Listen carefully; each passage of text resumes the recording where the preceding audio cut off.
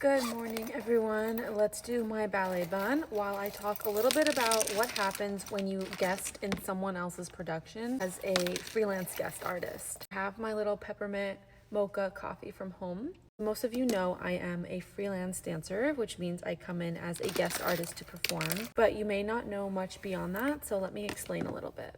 So yay, congratulations, you've been hired as a guest artist. Now what happens? I'm just going to talk about Nutcracker for this example. So you sign a contract that says everything that you need to do, everything that you need to know. The contract specifies if you're going to provide the costume or if they're going to provide the costume. Also, of course, compensation. Usually there's some negotiation with compensation before the contract is made and signed. Once the contract is signed, you usually have a person, a point of contact that emails with you back and forth.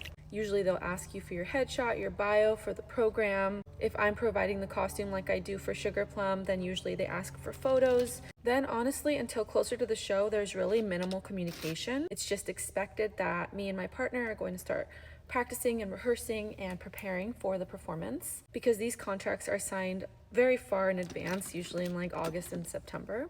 Then a little bit closer to the performance, all of the travel details are put into place. They pay for all of my travel, they pay for our accommodations, so the hotel. Sometimes they will book the flight and sometimes they'll have me book it and then they reimburse me. They also send a video of their Nutcracker production so that I can learn with my partner the beginning of Act 2 and the finale, because those parts differ for every production. That's why me and Brian have been going a little hard this year, learning 4 different productions of the Nutcrackers choreography, which is more than we've ever done. They also provide a rental car for us if we are flying there, or they pay for all of the Ubers that we use. And once it's time to arrive, basically we just get there, we go to our hotel, they give us our schedule, which differs depending on who it is, and then we just show up to the theater or the studio or wherever we're supposed to go. We take class with everyone else, we warm up, we have all of our costumes in hand, I have all my point shoes, then it's just plug and play for Sugar Plum. We rehearse the opening scene and the finale a bit. For my performances in Port Angeles, it's going to be a little different because I am Snow Queen and Dewdrop, and that requires some